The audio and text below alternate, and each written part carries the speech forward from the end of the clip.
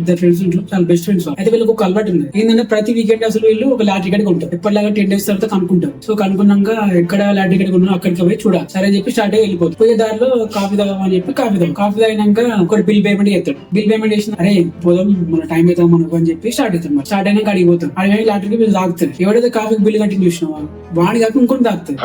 ఎంత 10 million. Shock అయిపోతారు, full happy అసలు. సర్లే ఫ్రెండ్ గానికి వచ్చింది అని చెప్పి హ్యాపీగా ఉంటారు వాళ్ళు. రిటర్న్ అవుతారు. ఇటునే దారిలో పోదంటే BMW కంపెనీ షోరూమ్ ఓపెడుతుంది. షోరూమ్ ఓపెన్ అలా పోతాడు. అలా వినాక అరే మామ ఏ కార్ మంచిగా చూడ అంటాడు.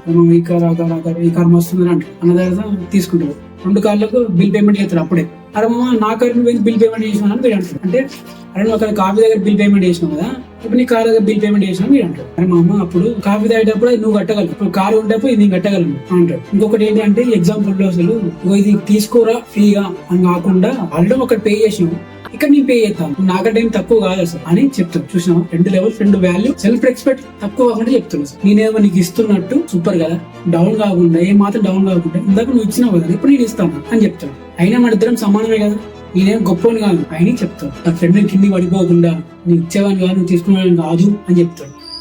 నాకు అర్థమైంది.